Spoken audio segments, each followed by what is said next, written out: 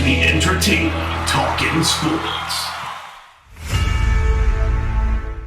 What is going on, football fans? Back at it with another New York Giants video. And I always try to be positive on this channel, or at least as positive as I possibly can be with a team like this when I cover them. And after games like this, it's nearly impossible to be positive. To me, since I've been on YouTube, this might have been, I have to really think back to it, this might have been the worst game the New York Giants have played since I've been on YouTube. It was that disappointing for me, and it had nothing to do with the fact that we lost this game. You know, I went into this year level-headed. I went into this year with realistic expectations. I even thought in the back of my head we could win 4 games this year. We could win 5 games, but it was, for me, it was all about progress and getting better week in and week out. And the first 2 weeks, I saw that. I saw a team that fought hard the first week against a very experienced team with the Pittsburgh Steelers, and I saw Jones play pretty well, given the circumstances. The second week, I saw this team really fight in the second half, even though we dug ourselves a huge hole in the first half. Obviously, and Barkley went down, Shepard went down, but the team came out and they really fought in the second half, and it gave me some optimism going into this week. And then going into this week, obviously a lot of Giants fans going into this game thought that this game was a gimme. I never thought that, ever. I thought that this was going to be a very close contest. I thought it was a game that the Giants could win. I thought it was a game they could lose. I thought it was a near coin flip game. But I still really respected Shanahan. He's one of the best head coaches in the league, and he's known for the pre-snap offense, and you saw that throughout the entire game. They were creating mismatches with the New York Giants with the pre-snap motion. And I thought, I thought that Cruzon made a really good point in my stream. He talked about that the New York Giants don't do that. They don't get guys open through scheme. There is plenty to go around in this game. I'm going to cover all of it. There is not one person to point out. Everybody was bad, outside of Graham Gano and a couple of members on the defense. Graham Gano made some field goal kicks. Clap it up. Graham Gano made some field goal kicks. We didn't get in the end zone once. We made 3 field goals. The offensive line was it was all right. I'm not going to say it was horrible, but it certainly wasn't good. As a whole, I think Daniel Jones was by far our leading rusher with 49 yards on the ground. They finally ran some RPOs, and it worked very effectively. But outside of that, Devontae Freeman, I think, had 10 yards on the ground. I think he was our leading rusher at the running back position. The passing game couldn't get anything going. Jones threw for 179 yards, 0 touchdowns, 1 interception, and had a horrible interception before the end of the first half. And I'm not going to ease up on him in this game. He deserves a lot of the blame, but we're going to go over all of it. To me, the other thing that I was really encouraged by with the New York Giants starting out the season was how disciplined they were, and I credited Joe Judge for that. And I'm not going to get on Joe Judge just 3 games into his career, okay? But this team today was the complete opposite of the way they looked regarding that throughout the first 2 weeks. And the fact that they were so disciplined, in my opinion, was why they were able to stick with those teams as much as they were able to, being that they were so outmanned and being that they were so young and inexperienced. It's why they kept the Steelers game relatively close until, the last quarter or so, and it's why with the Bears we were 10 yards away from winning, because we didn't shoot ourselves in the foot. Well, this game, what made it so hard, and obviously as the game wore down, it just got way out of hand, was the Giants were sticking with the Niners. They could have easily had the lead before the half, or at least been tied, getting the ball coming out of the half, and then the horrible, horrible mistakes. Now, before I even get into the mistakes, the biggest key to this game for me was the third down defense, and the third down defense it's even worse than it looks when you look at the stat sheet. The Niners, I think, were 8 for 12. Mullins threw all over us, 343 yards, 25 for 36, 1 touchdown, and he looked like Joe Montana out there. We were even worse than 8 for 12. I would guess that they probably didn't pick up a couple of third downs down the stretch. It seemed like every time, it didn't matter if it was 3rd and 7 or if it was 3rd and 1, they were picking up the first down. It's something we really struggled with. And to the contrary, like on offense last week, I think we were 3 for 13. Today we were 4 for 10. Weren't much better in that aspect. Now the offense looked like it was starting to click on the first drive. I thought Jones made a couple really nice throws, put some zip on it, and then they call that play. And I get it that you're trying to think outside the box. I'm not even going to get on the coaching staff and the offensive play calling for that play. The New York Giants didn't execute. And who knows if that play would have developed on the end around to Evan Ingram. Yeah, the pitch might have been a little high, and people that hate Daniel Jones are going to get on him for that.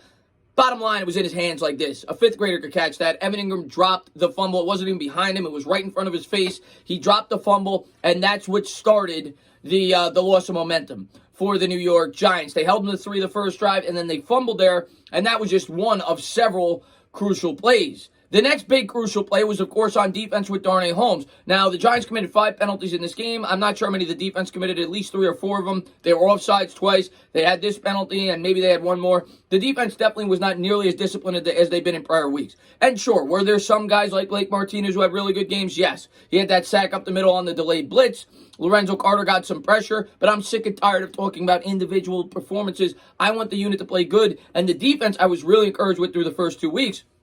And there's no excuses this week. Had they gone up against a really good defense like the Chiefs, I would have said, all right, you were going up against Nick Mullins. And granted, they got a great offensive mind. There's no excuses for the Giants to give up 36 points. There's just not. And they wore down over the course of the game. It's because they couldn't get off the field. The time of possession was 40 minutes to 20.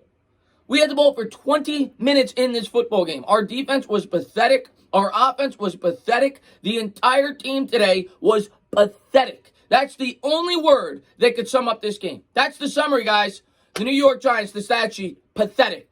It was just pathetic. There's no positives. I always try to take some positives, especially in a year like this, when I know going into the year that you're going to have to take positives. You know, yes, people want to say there's no moral victories, but for a team like this, if you're being realistic, you have to take some positives. There's nothing to take out of this game. Nobody grew. It only got worse. And the Trevor Lawrence crowd is only going to get louder. And I don't, I'm never for tanking, and I'm not rooting for that. I want Jones to get a lot better. I could understand the frustration with this New York Giants fan base because now it's been 3 years. We've been told we're rebuilding, and I've tried to get on that train. I've tried to give Dave Gettleman as good of a chance as I possibly could, and even my patience is wearing thin.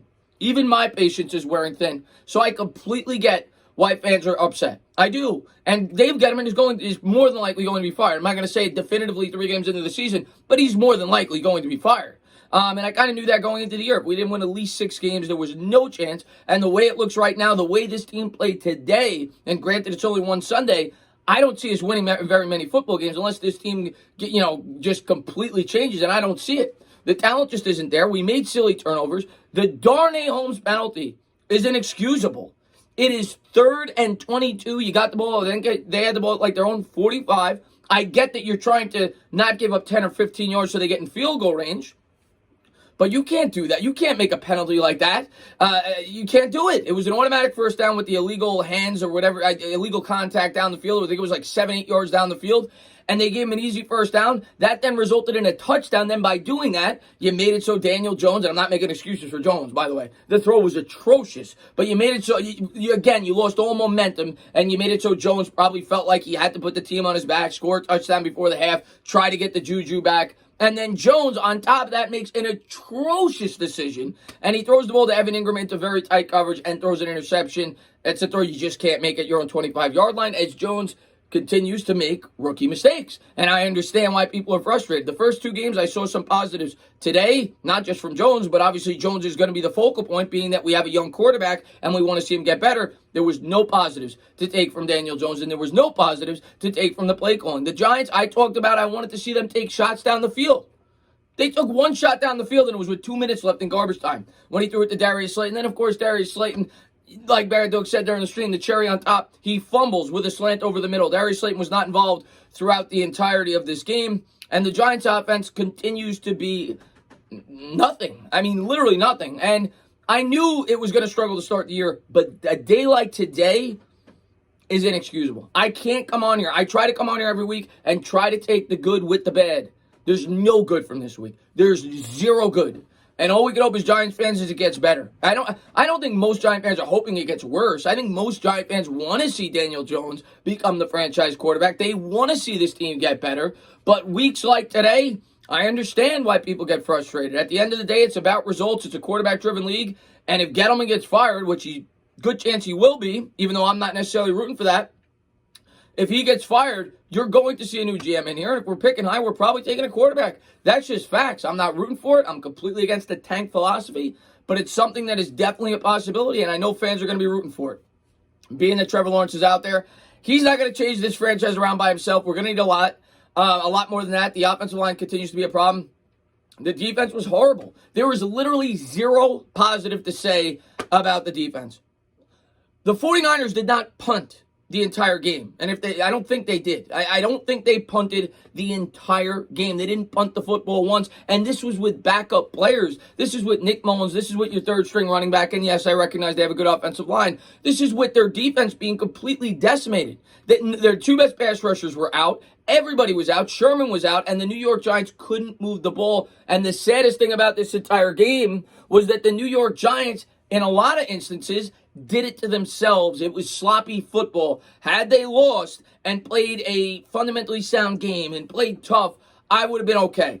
Plus, you had those horrible missed tackles down the stretch after the penalty. You had Fackrell missing that tackle. The guy picked up an extra 10 or 15 yards, and there were a number of times that happened. They had, I think, 2 or 3 touchdowns, maybe 2, where it was kind of like a screen pass for 20 yards. One was to the right side. I think one was to the left. The Giants' defense, this was one of the worst defensive performances I've seen, and last year the defense was really bad. And what sucks is I personally was very encouraged with the way the defense was playing. I thought they would struggle this year, but they looked a lot better than I thought they initially would. Today, they looked even worse than I thought they would going into the season. This was as bad as it gets, and the offense wasn't any better. This is the worst performance. One of the worst games I've ever seen as a New York Giant fan. That's how bad it was. It was, and I've seen worse, but it was really bad. We turned the ball over, I think it was 3 times throughout the contest. Jones threw the crucial pick. You had the fumble at the end by Slayton. I think we had 3 turnovers. We didn't create any. We got killed in time possession. We got killed on third down conversion. Pathetic.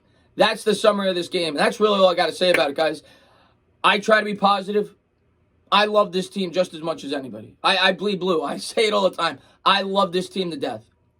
But it takes a lot out of you week after week after week. And I pray sooner than later this team gets it together and they get a lot better. And next week I'm going to go into it with the same mentality. I'm not picking us to win, believe me. But I'm going to go into it with the same mentality and hope that this team gets better. I'm hoping that the offensive line gets better. I'm hoping that Daniel Jones gets better. I'm hoping that the defense gets better. But after weeks like this, I understand, believe me, why people feel like it's almost hopeless that this team will ever get good. I do believe we will. I really do in my heart believe we will. But, I'm not a fortune teller. I can't tell you when it's going to happen. I hope it gets better quickly. And that's all I got to say, guys. It's tough right now being a New York Giants fan, and I just hope that this team gets it together sooner than later. As always, guys, if you liked what you watched, please subscribe. Drop the comment. Give me a little thumbs up. Cheers.